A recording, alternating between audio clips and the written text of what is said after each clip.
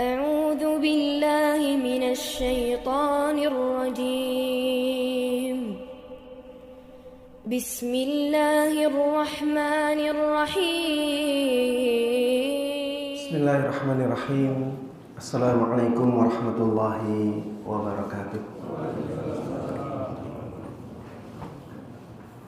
Alhamdulillahi rabbil alamin.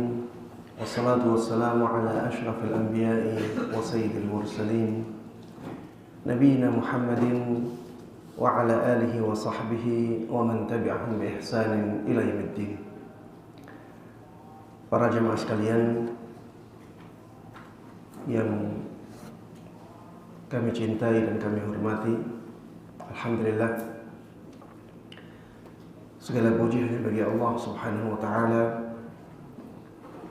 yang telah memudahkan untuk kita semuanya melakukan amalan-amalan ketaatan kepadanya. Alhamdulillah, kita bisa menjalankan salat subuh secara berjamaah yang pahalanya sangat luar biasa. Disebutkan di dalam hadis Nabi Muhammad SAW, barang siapa yang salat isya secara berjamaah, maka baginya pahala salat setengah malam. Dan barang siapa bisa salat subuh secara berjamaah, maka baginya pahala salat semalam penuh. Ketika Allah Subhanahu wa taala memudahkan kita untuk menjalankan amalan yang sangat mulia ini, maka bersyukurlah kepada Allah Subhanahu wa taala atas nikmat-Nya. Termasuk di antara nikmat Allah Subhanahu wa taala yang diberikan kepada kita saat ini, kita bisa berkumpul dan bermajlis di tempat yang mulia ini, di salah satu dari rumah-rumah Allah Subhanahu wa taala. Sungguh majlis seperti ini merupakan nikmat yang sangat besar yang Allah berikan kepada kita. Dari majlis ini kita dapat pahala yang agung. Dari majlis ini kita dapat rahmat dari Allah Subhanahu wa taala. Kita dapat ketenangan hati. Kita bisa bermajlis bersama para malaikat. Dari majlis seperti ini kita mendapatkan ilmu yang bermanfaat, dan masih banyak manfaat-manfaat atau kebaikan-kebaikan yang lainnya dari majelis ilmu seperti ini. Maka para jemaah sekalian rahimani wa rahimakumullah, teruslah bersyukur kepada Allah Subhanahu wa taala atas nikmat-nikmat yang Allah terus berikan kepada kita. Mudah-mudahan dengannya kita mendapatkan pahala yang agung. Mudah-mudahan dengannya kita terus mendapatkan nikmat dari Allah, dan mudah-mudahan Allah memberikan kepada kita tambahan kenikmatan yang lainnya sebagaimana Allah janjikan, la in syakartum la azidannakum. Amin amin ya rabbal alamin. Tidak lupa salawat dan salam, keberkahan dan kenikmatan semoga selalu terlimpahkan dan tercurahkan kepada Nabi Agung Muhammad sallallahu alaihi wasallam, Nabi yang sangat kita cintai, sangat kita junjung tinggi, Nabi yang terus kita berusaha untuk mengikutinya, meneladaninya. Mudah-mudahan salawat, salam, keberkahan dan kenikmatan tersebut juga tersambungkan kepada seluruh keluarga beliau, seluruh sahabat beliau, dan seluruh kaum muslimin yang mengikuti beliau dan para sahabatnya dengan baik hingga hari akhir nanti. Para jemaah sekalian rahimana wa rahimakumullah, tema kajian kita pada kesempatan kali ini berkaitan dengan tokoh yang sangat fenomenal dalam sejarah Islam, Imam Syafi'i, sang pembela sunnah Nabi. Imam Syafi'i rahimahullahu ta'ala adalah tokoh yang sangat terkenal. Beliau dikenal dengan pembaharu Islam di abad kedua. Beliau juga dijuluki sebagai Nasirul Hadis, yaitu pembela hadis Nabi sallallahu alaihi wasallam, sampai beliau mengatakan, summitu bi Baghdad binasir al hadith.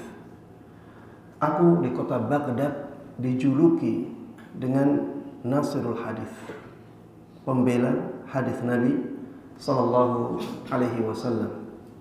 Dan beliau juga ya punya pengikut yang sangat banyak di dunia Islam ini. Pengikut madhab Syafi'i itu dari sisi jumlah mereka nomor 2. Yang paling banyak yang pertama adalah pengikut madhab Hanafi. Kemudian yang kedua pengikut madhab Syafi'i. Yang ketiga pengikut madhab Maliki. Kemudian baru pengikut madhab Hambali. Ini dari sisi jumlah. Ini menunjukkan bahwa beliau sangat dikenal dan sangat dijunjung tinggi oleh kaum muslimin. Ketika kita membahas tentang beliau, maka kita akan semakin banyak kenal tentang sisi-sisi kehidupan beliau, dan ini juga akan menjadi sangat bermanfaat untuk kita. Karena kita mempelajari tentang beliau, akhirnya kita tahu kebaikan-kebaikan beliau, dan akhirnya kita bisa semangat untuk mengikuti kebaikan-kebaikan beliau. Para jemaah sekalian rahimana wa rahimakumullah, Imam Syafi'i sebenarnya namanya Muhammad, ya, tapi terkenal dengan nisbah kepada kakek beliau, ya. Imam Syafi'i namanya Muhammad, Muhammad saja, seperti Nabi kita Muhammad sallallahu alaihi wasallam. Ayah beliau bernama Idris. Kakek beliau yang pertama bernama Al-Abbas. Kemudian ayah kakek beliau bernama Syafi'. Inilah kenapa Imam Syafi'i dinisbahkan atau disandarkan kepada Syafi'i. Ya, Syafi' ini kakek kedua. Jadi Al-Abbas itu kakeknya, ayahnya Al-Abbas inilah yang namanya Syafi'. Syafi' ini seorang sahabat.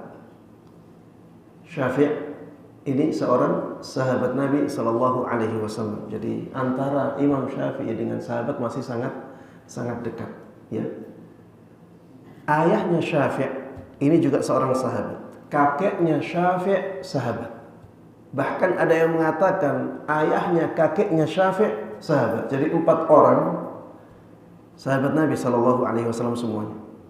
Jadi Syafi' seorang sahabat, Sa'ib ayahnya Syafi' seorang sahabat, Ubaid ayahnya Sa'ib sahabat Nabi sallallahu alaihi wasallam, dan ada yang mengatakan Abdu Yazid yang ayahnya Ubaid ini juga sahabat Nabi sallallahu alaihi wasallam. Imam Syafi'i rahimahullahu taala nasabnya bertemu dengan nasabnya Nabi sallallahu alaihi wasallam di kakek beliau yang bernama Abdu Manaf. Jadi Abdu Manaf ini kakek ke-8-nya Imam Syafi'i. Siapa yang masih kenal kakek ke-8? Kakek yang pertama, kedua, ketiga, keempat, sampai ke-8 namanya Abdu Manaf ibn Qusay. Ini kakek ketiganya, ini kakek Rasulullah sallallahu alaihi wasallam, Muhammad ibn Abdullah ibn Abdul Muttalib ibn Abdi Manaf ibn Qusay. Jadi bersambung, ya, ketemu dengan kakeknya Rasulullah sallallahu alaihi wasallam. Makanya beliau menjadi Quraisy, imam yang kabilahnya kabilah Quraisy. Dan di antara 4 imam ini, yang dari kabilah Quraisy hanya imam kita, ya, Imam Syafi'i rahimahullahu ta'ala. Para jemaah sekalian rahiman rahimakumullah, Imam Syafi'i lahir tahun 150 Hijriah, ya. Dan beliau lahir di tahun Imam Abu Hanifah meninggal. Jadi Imam Abu Hanifah meninggal tahun 150 Hijriah. Di tahun itulah Imam Syafi'i rahimahullahu ta'ala dilahirkan. Dan beliau ketika masih dalam kandungan, beliau dibawa ke Gaza. Gaza di mana? Di Palestina. Dan beliau lahir di Gaza. Kemudian baru 2 tahun ayah beliau meninggal. Ia menjadi yatim. Akhirnya dibawalah beliau oleh ibunya ke kota Makkah. Dan oleh ibunya dibawa ke desanya kabilah Hudzail. Kabilah Hudzail ini di zaman itu menjadi kabilah yang paling fasih bahasanya, paling terjaga bahasanya. Dan Imam Syafi'i rahimahullah, beliau orang yang sangat cerdas, sangat kuat hafalannya. Akhirnya beliau sampai menghafal seluruh syair-syairnya kabilah Hudzail. Saking cerdas dan saking kuatnya hafalan beliau. Semua syair-syairnya kabilah Hudzail itu dihafal oleh Imam Syafi'i rahimahullah. Sampai ada seorang ahli bahasa yang bernama Al-Asma'i, beliau mengatakan sahhahtu asy'ara Hudzail ala fatan min Quraisy. Aku mentashih. Mentashih itu mensahihkan atau menanyakan tentang keabsahan syair. Ini Al-Asma'i sampai mengatakan seperti ini. Sahhahtu asy'ara Hudzail. Aku menanyakan tentang keabsahan syair-syairnya kabilah Hudzail kepada seorang pemuda dari kabilah Quraisy. Yuqalu lahu Muhammad bin Idris Asy-Syafi'i.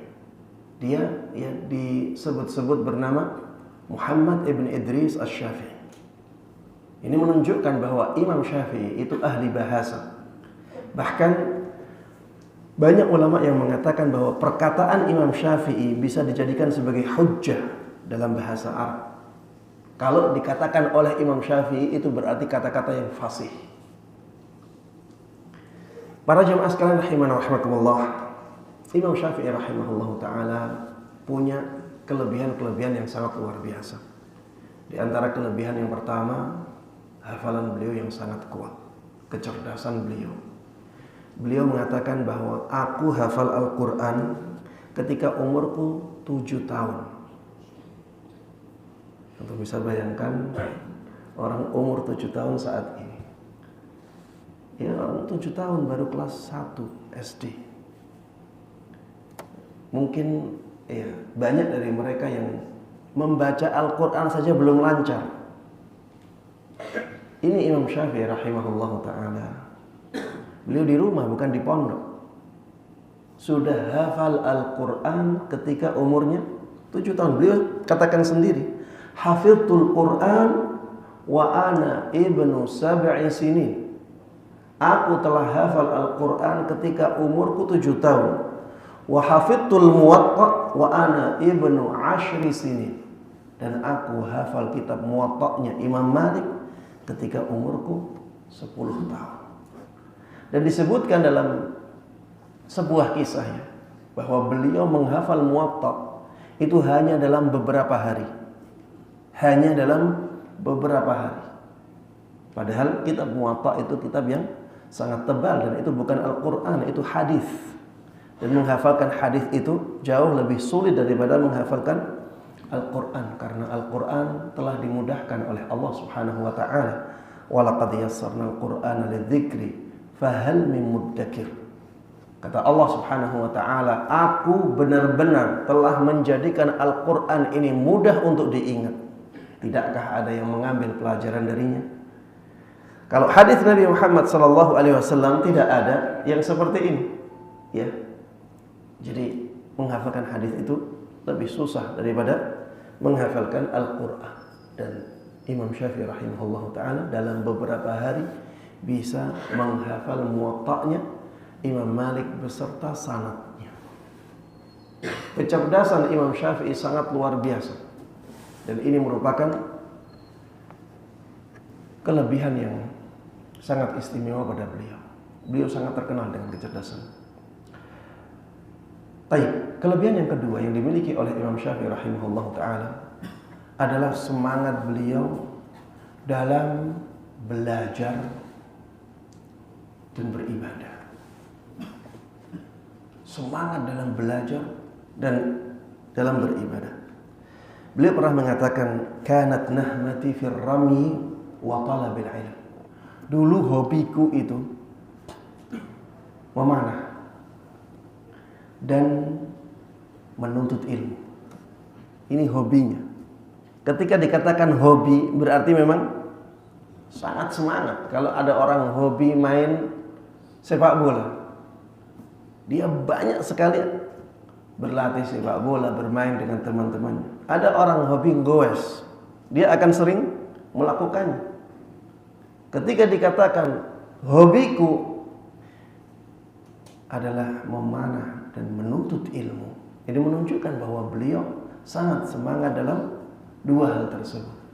Dan beliau mengatakan, faniltu minar ramyi hatta kuntu usibu min 10. Dan aku bisa sampai pada derajat ketika aku memanah 10 objek, aku akan bisa mengenai semuanya. Ini keahlian beliau dalam memanah. Kalau ada 10 objek yang harus aku panah, aku bisa mengenai semuanya. Dan tidak harus beberapa kali. Sekali panah langsung kena, langsung tepat. 10 kali saya bisa tepat semuanya langsung.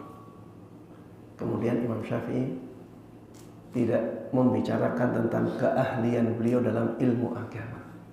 Yang mendengar perkataan ini, yaitu Amr ibn Sawwad mengatakan, anta wallahi fil ilmi akbaru minka fil rami. Ketawaduan beliau, Imam Syafi'i, beliau tidak menjelaskan tentang ilmunya. Tapi yang mendengarkan mengatakan, engkau wahai Imam Syafi'i demi Allah dalam masalah ilmu agama itu lebih hebat daripada keahlianmu dalam memanah. Ini menunjukkan betapa tingginya keilmuan beliau. Para jamaah sekalian rahimanallah, beliau punya semangat juga dalam beribadah kepada Allah Subhanahu wa taala. Saking semangatnya beliau dalam beribadah ini tidak dimampui oleh orang-orang di zaman ini. Mungkin masih ada tapi tidak kelihatan. Beliau itu para jamaah menghatamkan Al-Quran setiap hari. Setiap hari. Siapa yang bisa seperti ini? Kita saja menghatamkan Al-Quran 1 bulan sekali susah. Coba bandingkan dengan Imam Syafi'i. 1 bulan beliau menghatamkan berapa kali? 30 kali. Bahkan di bulan Ramadan, Imam Syafi'i rahimahullah ta'ala itu menghatamkan setiap harinya 2 kali. Jadi siang hatam, malam hatam. Dikatakan oleh Rabi' ibn Sulaiman, murid senior beliau, Imam Syafi'i di bulan Ramadan itu menghatamkan 60 kali Al-Quran, 60 kali hataman, 60 kali. Subhanallah. Ini beliau masih punya istri, beliau punya anak, beliau ngajar, beliau bekerja, dan bisa seperti itu. Keberkahan waktu yang sangat luar biasa. Beliau di malam hari membagi malam menjadi 3. Ada waktu untuk menulis, bukan menulis status, bukan menulis komen-komen di media sosial, enggak. Menulis kitab yang sebagian besar masih bisa kita nikmati sampai saat ini. sepertiga malam untuk menulis, sepertiga malam untuk tidur, sepertiga malam untuk sholat. Dan ini bisa jadi pahala semuanya. Menulis kitab jelas pahala, sholat jelas pahala, dan tidurnya beliau bisa jadi pahala juga ketika beliau niatkan untuk beribadah, untuk persiapan beribadah kepada Allah Subhanahu wa ta'ala. Kelebihan beliau yang ketiga para jamaah, beliau sangat ikhlas. Keikhlasannya luar biasa. Ketika beliau menulis kitab-kitab, ya, beliau pernah mengatakan, aku ingin orang-orang itu belajar fikih dari kitabku ini. Tapi aku juga berharap mereka tidak menyandarkannya kepadaku sama sekali. Maksudnya beliau tidak ingin dikenal. Sudahlah orang-orang biar belajar dari kitab-kitabku ini. Tidak usah mereka menyebut namaku sama sekali. Ini menunjukkan apa? Keikhlasan. Dan ini menunjukkan keinginan dari beliau, ya, agar orang-orang mendapatkan kebaikan. Imam Syafi'i rahimahullahu ta'ala yang menunjukkan betapa tingginya keikhlasan beliau dalam beramal. Beliau dalam misalnya berdiskusi, berdebat, beliau ingin kebenaran itu tampak di lisan lawannya. Beliau pernah mengatakan, "Ma nadhartu ahadan qat 'ala al-ghalabah." Tidak pernah sekalipun aku mendebat seseorang untuk mencari kemenangan. Tidak pernah sekalipun. Ini berarti, ya, ketika beliau berdebat, ya, beliau sadar bahwa yang beliau cari bukan kemenangan. Yang beliau cari apa? Kebenaran. Berbeda dengan orang-orang di zaman ini. Kalau berdebat yang dicari apa? Menang. Yang penting menang, apapun dalilnya. Imam Syafi'i tidak demikian. Beliau tidak pernah sekalipun berdebat kecuali, ya, untuk mencari kebenaran, bukan untuk mencari kebenaran. Para jemaah sekalian rahimakumullah, masih sangat banyak, ya, kelebihan-kelebihan beliau. Di antara yang sangat menonjol dari beliau adalah semangat beliau dalam mengikuti sunnah Nabi Sallallahu Alaihi Wasallam. Yang sangat menonjol dari beliau di antaranya adalah pembelaan beliau yang luar biasa terhadap hadis-hadis Nabi Sallallahu Alaihi Wasallam. Dan alangkah indahnya ketika orang-orang yang mengaku mengikuti beliau mengambil semangat ini juga, yaitu semangat mengikuti sunnah-sunnah Nabi Sallallahu Alaihi Wasallam, bukan semangat mengikuti pendapat beliau. Karena kadang-kadang, ya, kita memahami pendapat beliau tidak sesuai dengan sunnah Nabi, kadang-kadang, dan bisa jadi seperti itu karena beliau seorang manusia. Kullu bani Adam khata' wa khairul khata'ina at-tawwabun. Semua anak Adam itu banyak salahnya, dan sebaik-baik orang yang banyak salahnya adalah yang banyak taubatnya. Jadi Imam Syafi'i masuk dalam keumuman hadis ini. Bahkan beliau sendiri mengatakan, ya, beliau sendiri mengatakan beliau punya kemungkinan salah, ya. Para jamaah sekalian rahimakumullah, ada banyak perkataan beliau yang menjelaskan hal ini. Di antaranya, beliau mengatakan, "Kullu ma qultuhu fakana min Rasulillah sallallahu alaihi wasallam khilafu qawli mimma sah fahuwa aula wa la tuqalliduni." Beliau mengatakan semua yang aku katakan apabila ada hadis yang sahih dari Rasulullah sallallahu alaihi wasallam yang menyelisihi pendapatku, maka hadis tersebut yang lebih pantas untuk diikuti, dan jangan bertaklid kepadaku. Ini perkataan yang luar biasa ya. Beliau mengatakan, semua yang aku katakan apabila ada hadis yang sahih dari Nabi sallallahu alaihi wasallam yang menyelisihi perkataanku, maka hadis tersebut lebih pantas untuk diambil. Hadis tersebut lebih pantas untuk diikuti, dan jangan kalian bertaklid kepadaku. Jangan kalian bertaklid kepadaku. Saat itu maksudnya ketika kita melihat ada perkataan beliau yang menyelisih hadis Nabi sallallahu alaihi wasallam yang sahih. Ini kan berarti dari beliau sendiri. Beliau mengatakan bahwa bisa jadi perkataanku menyelisih hadis Nabi. Karena beliau mengatakan seperti ini. Kalau ada perkataanku yang menyelisih hadis Nabi sallallahu alaihi wasallam yang sahih, maka hadis itu yang lebih pantas untuk kalian ikuti. Jangan bertaklid kepadaku.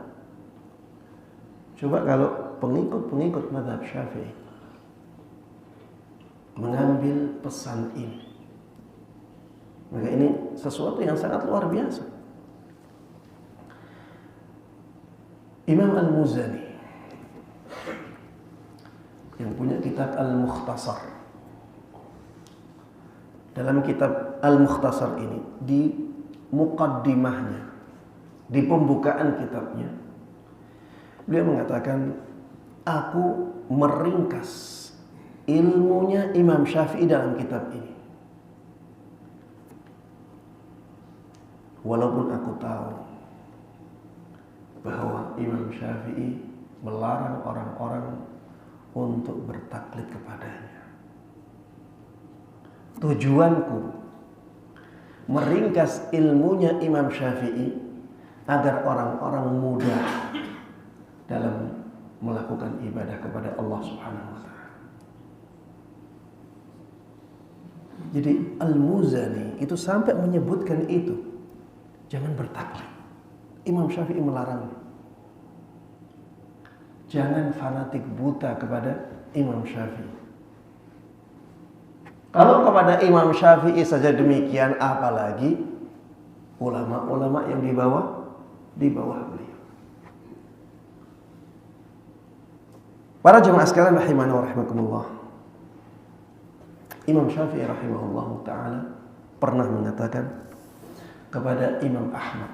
Imam Ahmad ini muridnya Imam Syafi'i, tapi beliau punya kelebihan dari sisi hadis-hadis.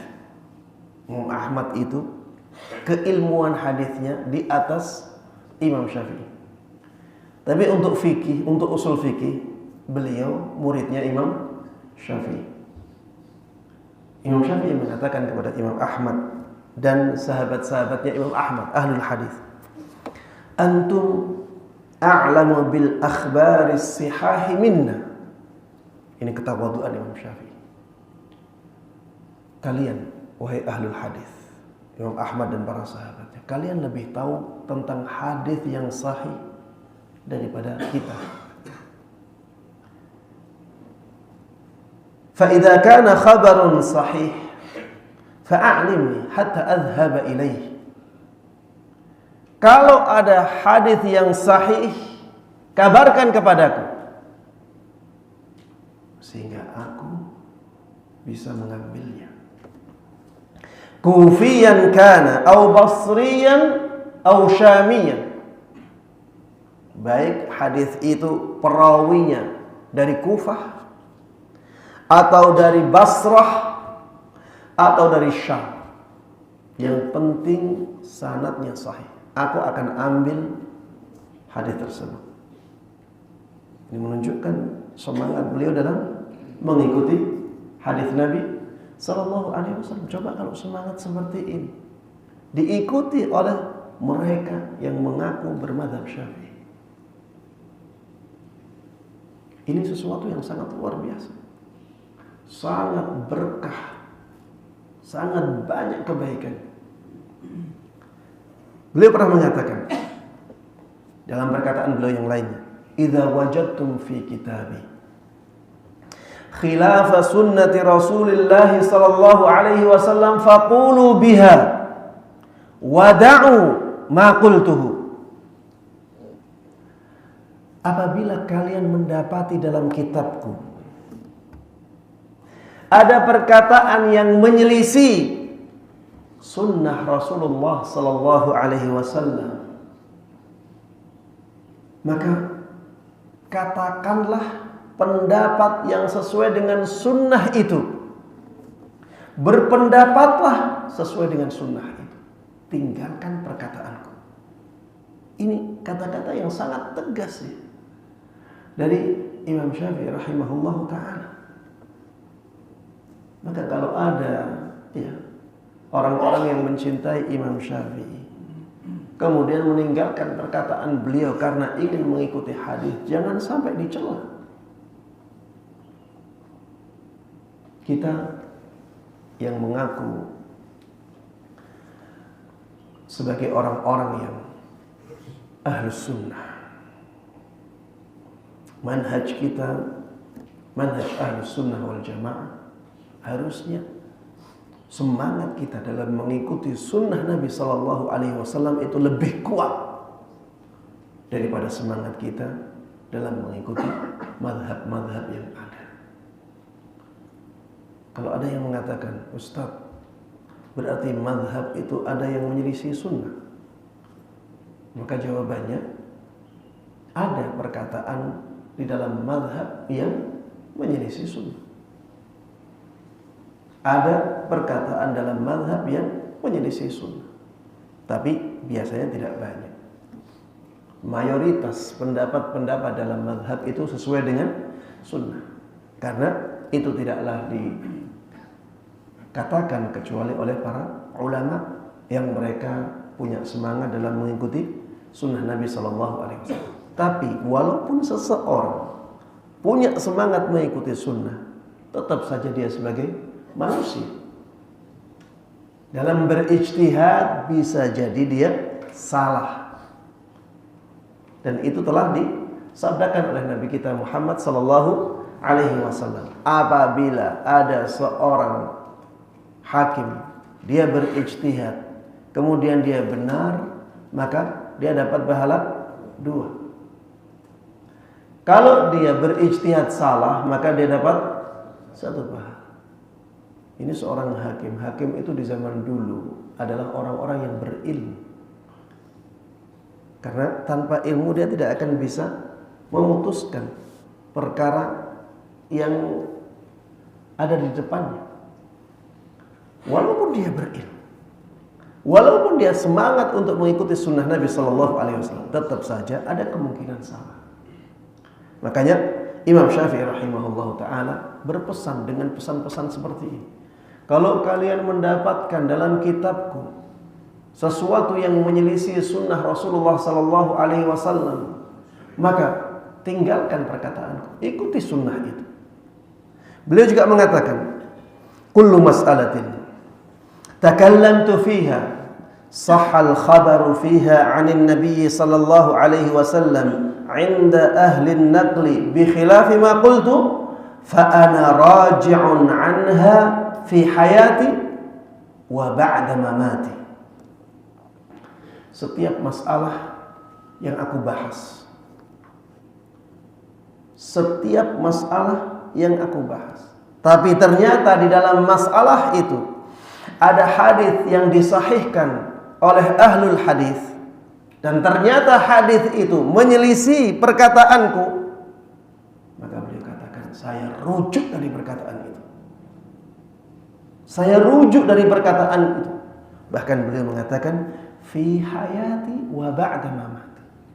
Baik aku masih hidup ataupun aku sudah mati. Subhanallah. Aku rujuk dari perkataan itu. Baik aku masih hidup ataupun aku sudah. Orang yang sudah mati bisa rujuk dari perkataannya. Ayo para jemaah, orang yang sudah mati apakah bisa rujuk dari perkataannya? Tidak. Beliau katakan ini untuk memberikan penekanan bahwa semangat untuk mengikuti sunnah Nabi Sallallahu Alaihi Wasallam itu harusnya seperti ini. Walaupun itu mustahil, tetap ada usaha untuk melakukannya. Semua masalah demikian. Beliau katakan seperti ini. Semua masalah yang aku bahas, tapi ternyata ada hadis yang disahihkan oleh ahlul hadis, dan hadis itu menyelisih perkataanku, menyelisih pendapatku, aku rujuk dari pendapatku, baik aku masih hidup ataupun aku sudah mati. Beliau juga mengatakan, mata rawaitu an Rasulillah sallallahu alaihi wasallam haditsan sahihan walam akhudh bihi fa ushhidukum anna aqli qad dhahab. Kalau aku meriwayatkan hadis yang sahih, tapi ternyata aku tidak mengambilnya, ternyata aku tidak berpendapat sesuai dengan hadis tersebut, maka persaksikanlah bahwa ketika itu akalku hilang, ketika itu aku gila. Ini menunjukkan apa jemaah? Bahwa beliau sangat menjunjung tinggi sunnah Nabi Sallallahu Alaihi Wasallam. Bahwa beliau sangat merendahkan diri beliau di hadapan sunnah Nabi Sallallahu Alaihi Wasallam. Ini menunjukkan pembelaan beliau yang luar biasa terhadap sunnah Nabi Sallallahu Alaihi Wasallam sampai seperti ini. Kalau aku meriwayatkan satu hadis saja dan aku menyelisih hadis ini, maka persaksikan bahwa aku ketika itu gila, akalku hilang ketika itu. Subhanallah. Coba bandingkan dengan pengikut beliau di zaman kita ini. Kalau ada yang semangat mengikuti sunnah Nabi Sallallahu Alaihi Wasallam dan ternyata orang tersebut menyelisih pendapatnya Imam Syafi'i, langsung dicela, langsung dianggap sesat, langsung dianggap menyimpang. Padahal Imam Syafi'i rahimahullah ta'ala semangatnya sampai seperti ini dalam mengikuti sunnah Nabi Sallallahu Alaihi Wasallam. Beliau tidak mempedulikan apakah pengikut-pengikutnya mengikuti pendapat beliau ataukah tidak. Yang beliau inginkan pengikut-pengikutnya itu mengikuti siapa? Sunnah Nabi Sallallahu Alaihi Wasallam. Maka harusnya kita punya semangat ini. Kalau kita dapat hadis yang sahih dari Nabi Sallallahu Alaihi Wasallam, ada di Sahih Bukhari, ada di Sahih Muslim, ya semangatlah untuk mengikutinya. Jangan bertanya pendapatnya Imam Syafi'i bagaimana. Kalau sesuai dengan pendapatnya Imam Syafi'i dilakukan, kalau tidak maka ditinggalkan. Jangan seperti itu. Ini itu seakan-akan menjadikan perkataan Imam Syafi'i sebagai filter untuk sabda Nabi Sallallahu Alaihi Wasallam. Ini jelas ya, tidak baik seperti ini. Ini kurang menghormati, kurang memuliakan sunnah Nabi Sallallahu Alaihi Wasallam. Para jamaah sekalian rahimana wa rahimakumullah. Suatu ketika Imam Syafi'i meriwayatkan satu hadis di hadapan orang-orang. Beliau menyampaikan hadis. Setelah itu ada yang bertanya, "Atakhudhu bi?" Apakah engkau mengambil hadis ini sebagai pendapatmu? Mendengar pertanyaan seperti ini beliau marah. Beliau marah. Pertanyaan ini pertanyaan yang menunjukkan bahwa seakan-akan beliau bisa jadi tidak mengambil hadis yang beliau riwayatkan padahal sahih. Akhirnya beliau mengatakan, "Ra'aitani kharajtu minal kanisah?" Apa engkau melihat aku sekarang keluar dari gereja? Beliau katakan seperti itu. Emang kamu sekarang melihat aku keluar dari gereja? Aw alayya zinnar? Ataukah engkau melihat saat ini aku memakai pakaian zinnar, yaitu pakaian dari sebagian ahlul kitab yang menunjukkan agamanya? Maksudnya kamu melihat saya berpakaian dengan pakaian-pakaiannya orang di luar Islam ya. Hatta idza sami'tu an Rasulillah sallallahu alaihi wasallam haditsan la aqulu bih. Sampai ketika engkau mendengar dariku hadits Nabi sallallahu alaihi wasallam dan aku tidak berpendapat dengannya. Orang yang seperti itu pantasnya itu orang-orang di luar Islam. Kalau ada orang meriwayatkan hadis yang sahih, kemudian dia tidak berpendapat dengannya, maka pantasnya dia di luar Islam. Orang yang di luar Islam yang seperti itu. Kalau orang Muslim, apalagi seperti Imam Syafi'i rahimahullahu ta'ala yang sangat semangat mengikuti hadis Nabi, tidak mungkin seperti itu. Kalau menyampaikan hadis yang sahih, pasti beliau ambil hadis itu. Para jemaah sekalian rahimana wa rahimakumullah, termasuk di antara perkataan beliau yang menunjukkan bahwa pembelaan beliau terhadap sunnah Nabi SAW itu sangat luar biasa. Beliau pernah mengatakan, kullu hadithin anin Nabi sallallahu alaihi wasallam fahuwa qawli. Semua hadis dari Nabi sallallahu alaihi wasallam adalah perkataanku. Semua hadis dari Nabi sallallahu alaihi wasallam adalah pendapatku, walaupun kalian tidak mendengar dari aku. Subhanallah. Walaupun kalian tidak mendengar itu dariku, kalau dia hadis Nabi, itu menjadi pendapatku. Semangat yang sangat luar biasa dalam menjunjung tinggi dan mengikuti hadis Nabi sallallahu alaihi wasallam. Beliau juga terkenal dengan perkataan beliau, idza sahhal hadis fahuwa madhhabi. Kalau hadis itu valid, kalau hadis itu sahih, maka itu adalah madhabku. Itu adalah madhabku. Maka ambil semangat ini para jamaah sekalian rahimana wa rahimakumullah. Yang penting kita mengikuti hadis Nabi sallallahu alaihi wasallam. Nanti di hari kiamat kita itu tidak ditanya, apakah kalian benar-benar mengikuti Imam Syafi'i? Tapi yang ditanyakan adalah, apakah kalian mengikuti sunnah Nabi sallallahu alaihi wasallam? Maka jangan sampai ragu-ragu para jemaah. Kalau ada hadis dari Nabi sallallahu alaihi wasallam mengatakan tentang sesuatu, semangatlah dalam mengamalkannya.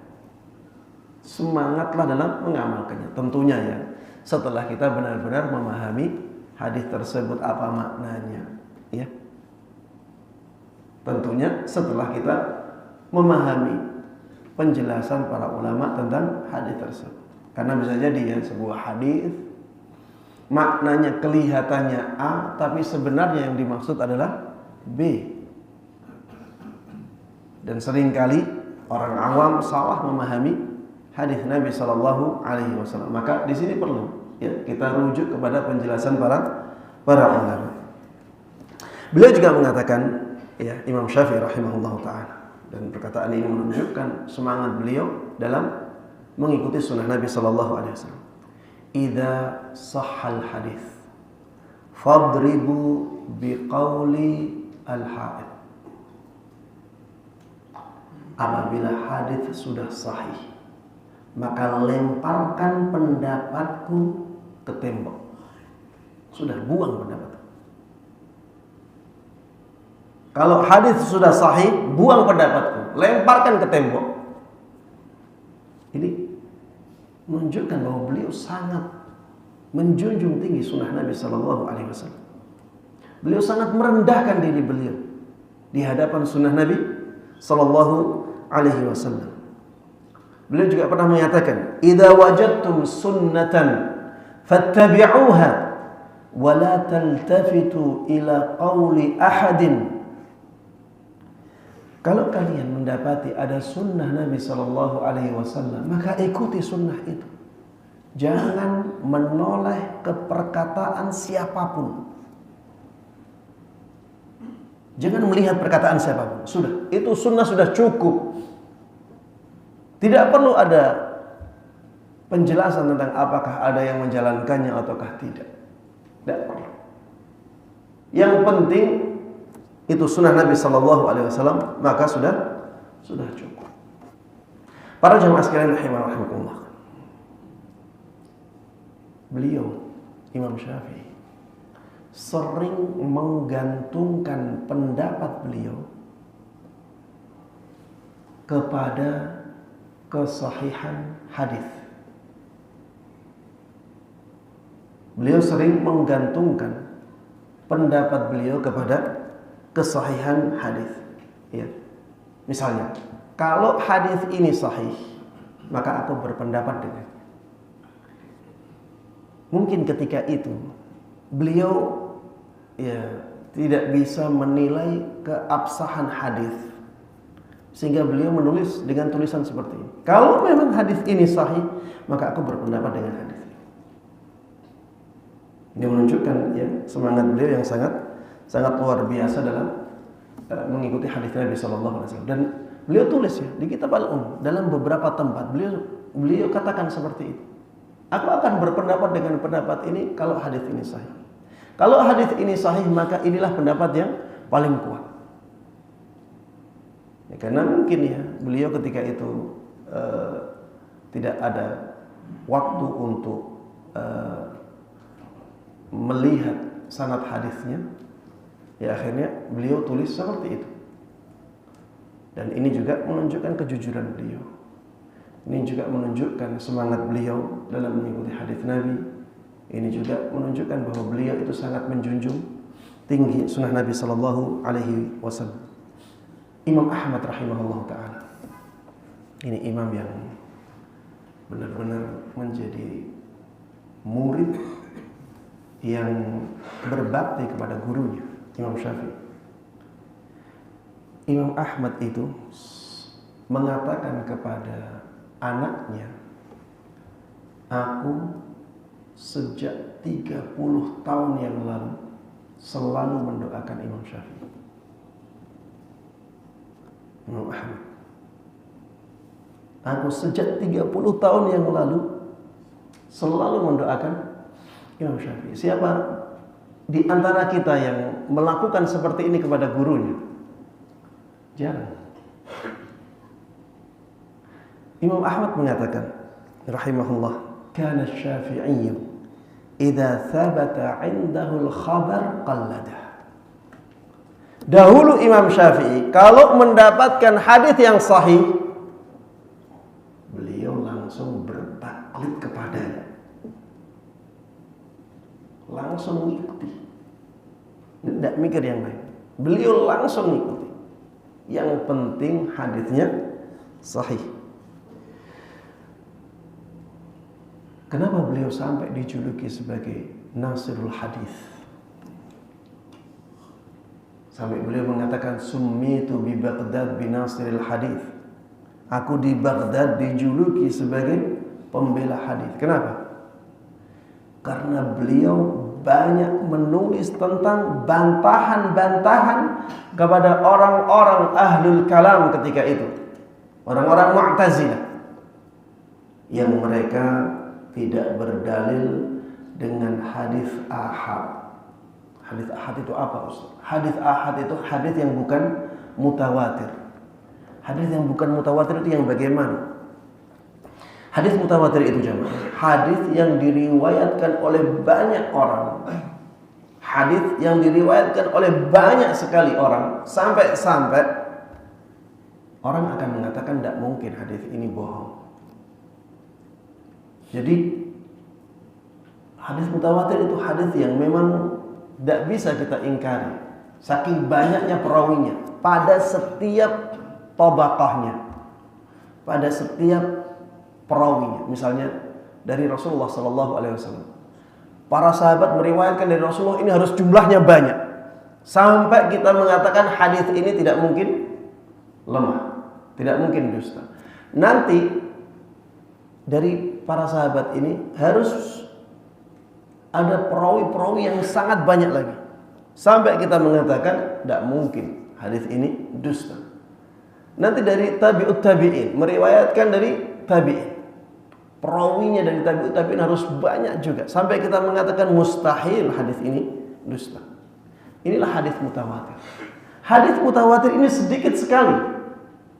Kebanyakan hadis Nabi SAW itu masuk dalam kategori hadis ahad. Perawinya 1, perawinya 2, perawinya 3. Tidak banyak. Tapi hadis ahad ini banyak yang ditentang oleh orang-orang ahlul kalam di zamannya Imam Syafi'i.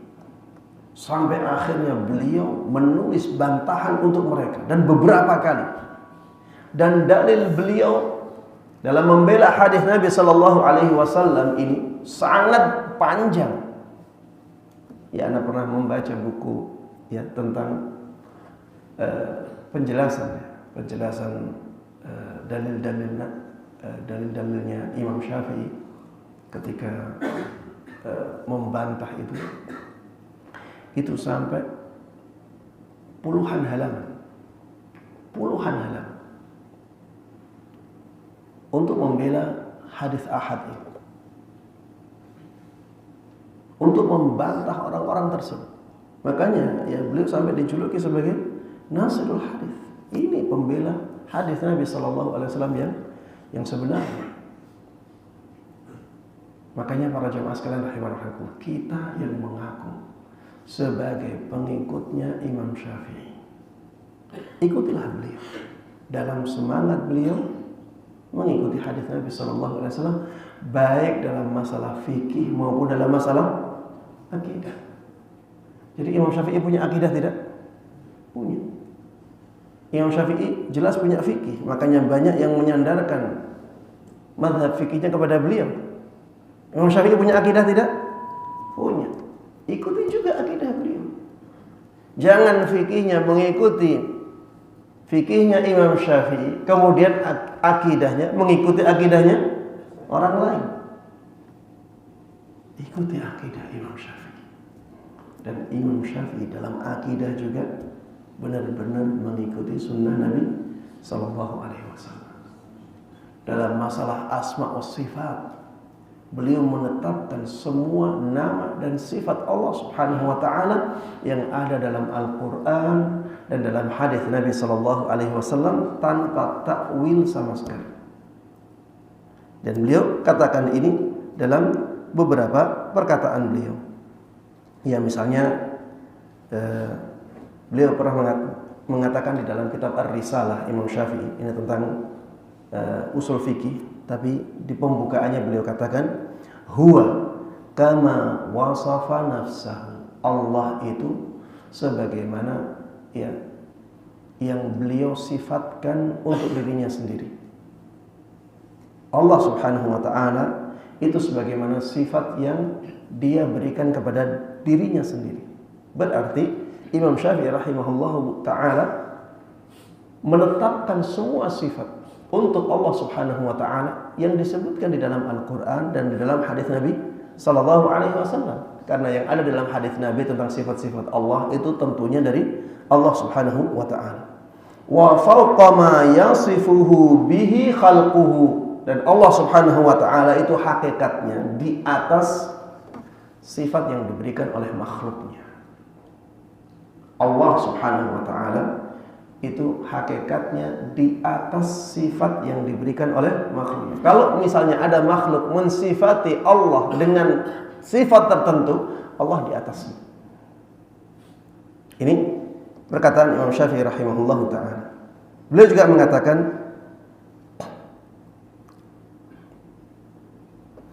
inna hadhihi al-ma'ani allati wasafa Allahu biha nafsahu wa wasafahu biha rasuluhu mimma la yudraku haqiqatuhu bil fikri war rawiyyah yuthbatu hadhihi as-sifat wa yunfat tashbih kama nafa dzalika an nafsihi ta'ala dzikruhu faqal laisa kamitslihi syai' wa huwa as-sami'ul basir.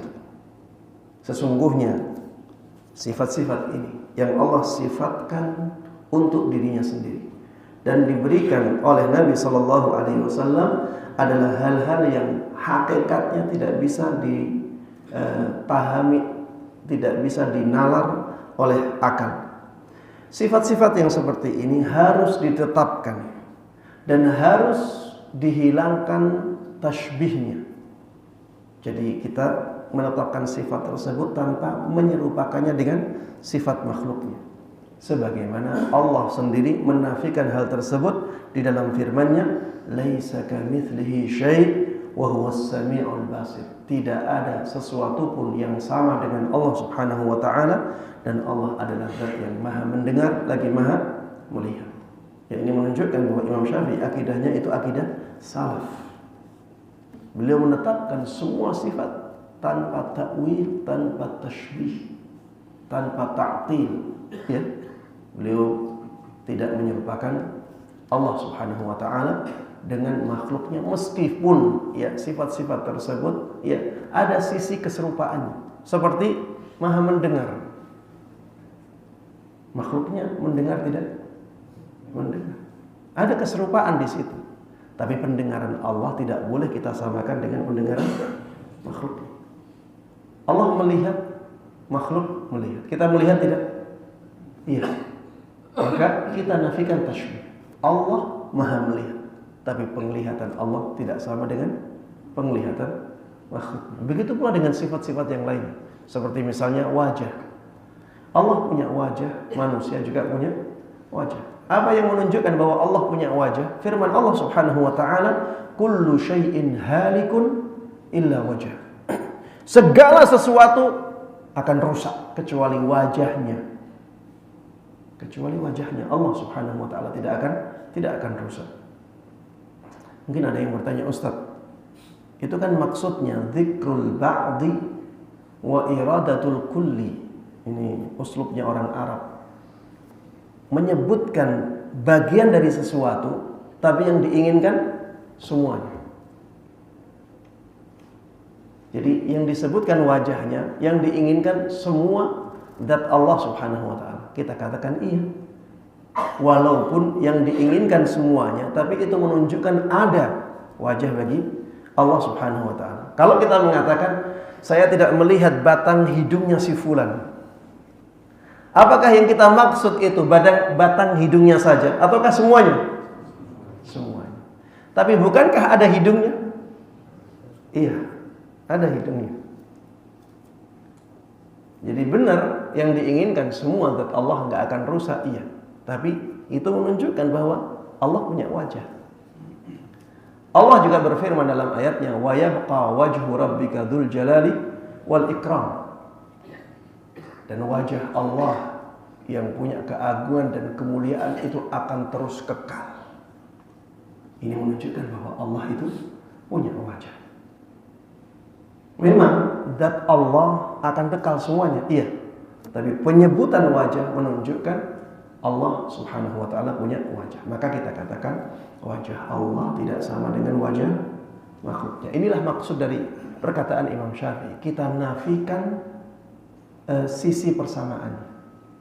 Kita nafikan sisi keserupaannya. Bahwa Allah punya wajah, kita nafikan bahwa wajah Allah ini tidak sama dengan wajah makhluknya. Karena Allah punya kesempurnaan, punya kesucian yang tidak dimiliki oleh makhluknya. Taib jemaah sekalian rahimakumullah, demikian yang bisa saya sampaikan dalam kesempatan kali ini, mudah-mudahan bermanfaat dan Allah berkahi. Amin amin ya rabbal alamin. Sallallahu wasallam wa baraka ala nabiyina Muhammadin wa ala alihi wa sahbihi wa man tabi'ahum bi ihsanin ila yaumiddin. Walhamdulillahi rabbil alamin. Taib, ini sudah jam 5:30. Apakah dibuka pertanyaan ataukah kita akhiri? Kita akhiri ya? Baik. Barakallahu fikum. Mari kita tutup kajian ini dengan doa kafaratul majlis. Subhanakallahumma wa bihamdik, asyhadu an la ilaha illa anta, astaghfiruka wa atubu ilaik. Assalamualaikum warahmatullahi wabarakatuh.